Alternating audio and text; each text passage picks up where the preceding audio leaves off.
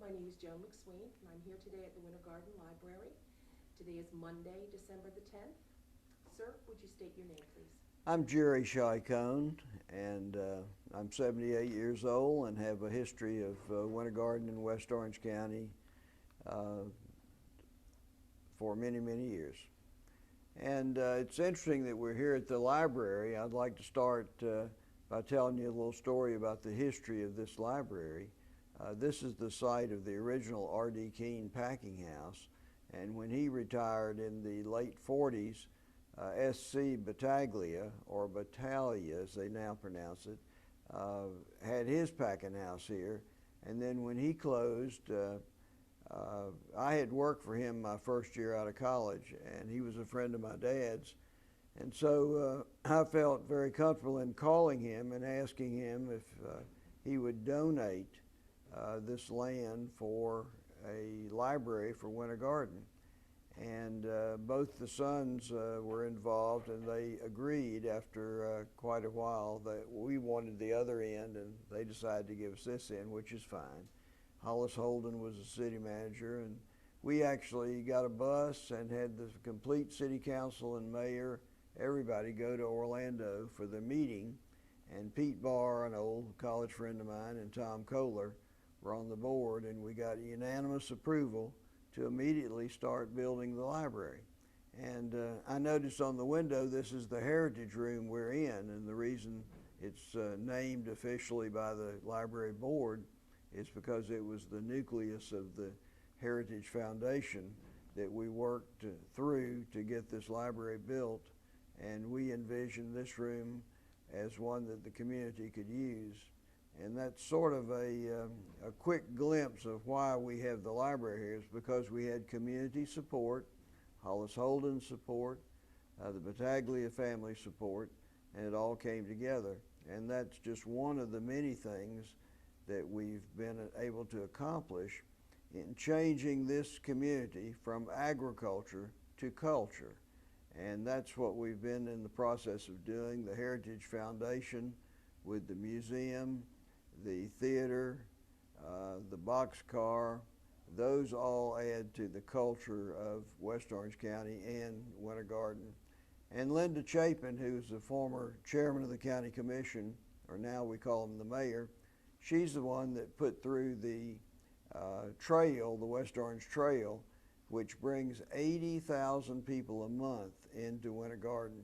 It's the longest lineal park in Orange County, and it's really been the primary drive behind the move to create Winter Garden as a different place.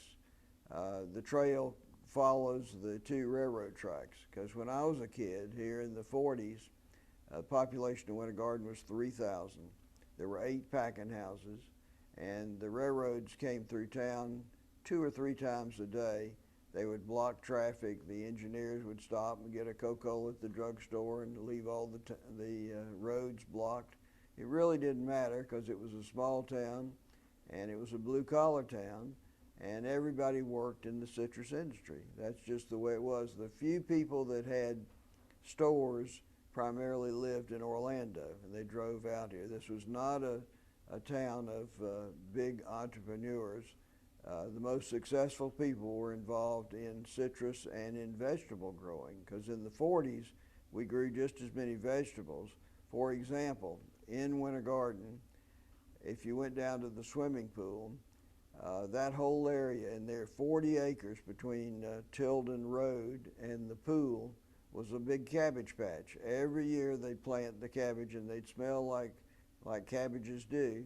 But that was just part, nobody worried about that. That was part of Winter Garden. Just like when the big juice plant was built here on 9th Street, all the packing houses combined to build that juice plant. It smelled like an orange pie every night around here.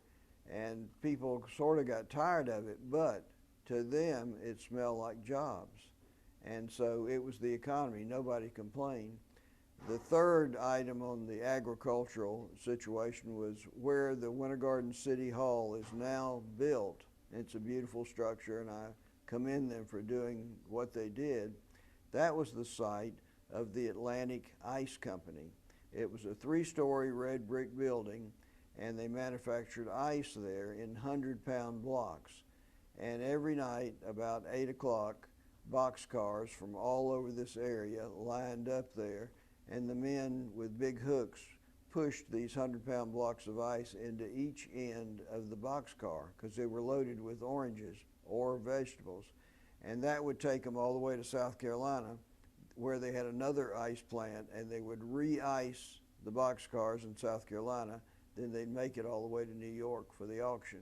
But every night at 10 o'clock or 11 o'clock, you would hear the big ice blocks fall down to the bottom of the boxcars, make a big noise. Nobody complained because that was part of the jobs and the economy. I say that because we lived on North Highland Avenue, 2 blocks from the current City Hall. And so we could hear it, and I walked to town most every day to pick up a loaf of bread for 9 cents or to go to the movies for 9 cents.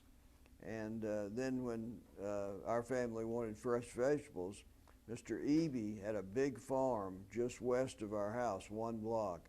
And my mother after school would give me a quarter, and I'd walk down to the farm and pick up a fresh cut clump of broccoli or carrots or whatever for that day. And by the way, the superintendent of that farm, although Mrs. Eby was my 3rd grade teacher, her husband was the farmer, they had a manager that lived on the farm, and he had 2 children. Both graduated with high honors in high school, got scholarships, went on to college, were very successful. In fact, Winter Garden had a reputation. When I started public school, elementary school here on Main Street, that building is gone now, half of my class, the boys, didn't wear shoes because they couldn't afford shoes. Those same young men later became lawyers, doctors, very successful. Mrs. Curton was the principal at Lakeview High School, which is now operating as a middle school. But for 40 years, she was the principal at Lakeview, and she made it her job to get scholarships for anybody and everybody, and there's being successful. In fact, our city manager, previous to the current Mike Bullhofer, Hollis Holden, he grew up in a boarding house on the 2nd floor of this building that's just been reconditioned on Plant and Main Street. He could look out the window and see the servicemen going to the Gym Theater at night. And his daddy was the production manager for South Lake. But he later, through Mrs. Curton's efforts, got a scholarship to the University of North Carolina, was a member of Phi Beta Kappa, joined the Navy through the Naval ROTC, became commander of the Mendel Rivers nuclear submarine, very successful. Then he came back to Winter Garden to become city manager, which he did a beautiful job in changing us. Now he's living in St. Mary's, Georgia, where the naval people retire, and he's coming here next month in January. We're going to do a luncheon for him in recognition of what he's done. But he deserves a lot of credit for being the leader of the changes that needed to be in Winter Garden, and to help us at the Heritage Museum get started.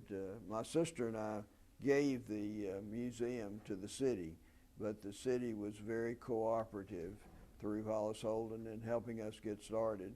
And we were going to lose all the pictures and history of the city, and we now have hundreds and hundreds of pictures, postcards, old letters. One of the first men in town that had a camera was Mr. J.L. Dillard. Dillard Street is named after, and Larry Grimes is his grandson, and Larry and I are in the same class in high school, and he retained all of Mr. Dillard's pictures and history, and he shared that with the museum. And we have a lot of the Tilden history through Jack Ross. He's been very helpful in things like that. And it's just been amazing how much we've been able to collect, because prior to that, nobody was collecting those things. And when we first opened the museum about, it's been about 15 years ago, we invited all the museum operators from Central Florida to come by prior to our opening. And we said, how long do you think it's going to take us to open the museum? And they said, first, the location is great. You know, you have a historic depot and it's really going to be a good spot. So they all figured it's going to take about a year to open. So we opened in 2 weeks. We had it going, and I'm happy we did, because we had a generation that were in their 80s, the Franklin Capmans, the Charlie McMillans, the Mallard Clarks, all that group that were the leaders of their generation. So they saw it and for the first time realized that they could be proud of Winter Garden, because they were moved up a notch and someone cared about what they did. And that was good. I felt good about that, because it wasn't too long before that generation was gone. And now it's Larry Grimes and our generation that are the old folks that people ask about how things were in the old days. But from that small start, getting the museum open, there were only about a half a dozen of us that we sat around wishing and hoping and planning. So we decided, sure would be nice to have a theater again. So I had known Herbert Pound since I was a kid, being the bat boy for the baseball team here. And so I went to Herbert and I said, I'm going to have the old theater appraised, then we're going to come to you and see if we can buy it. He said, oh, Jerry, you're too early. Go ahead and have it appraised, but I don't think we want to move all these lawnmowers out of here. He was using it for a warehouse. So we had it appraised, and he said, I'll call you when we're ready to sell.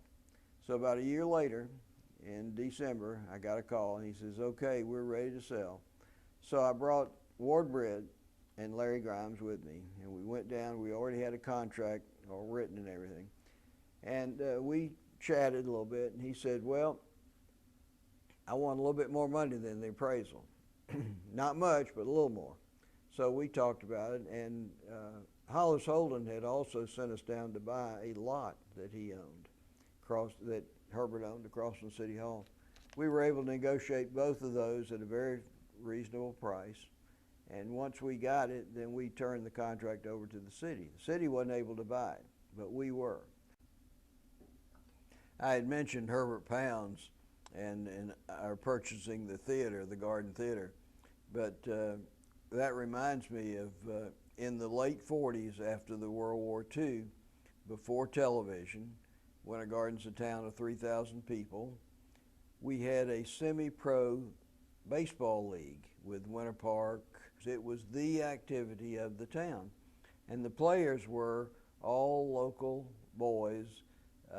They were about 28, 30 years old. Herbert Pounds was the catcher, Russell Pounds, first baseman, Ward Britt. It was all local businessmen. And I was 12 years old, and I was the bat boy. And that meant I had to get there early and had to get the bats ready, and I had to collect them. And Herbert being the catcher, he and I developed a great relationship. And then later after college, when I went in the grow business with my dad, I had to deal with Herbert almost every day through tractor parts and things like that. So that's one of the reasons that I was able to get to Herbert and make the sale where the city couldn't. But that shows you an activity of Winter Garden down on Park Avenue where the baseball field was. And at that same time, the Washington Senators national baseball team trained in Orlando. So they had a baseball school out here. They brought in 300 young men between the ages of 18 and 24 and had a baseball school. And they stayed in barracks down there at the baseball field. And that was a big economic boom to Winter Garden in the late 40s and early 50s. And the baseball executives all stayed in the Edgewater Hotel. And so that was a reason for them to do that.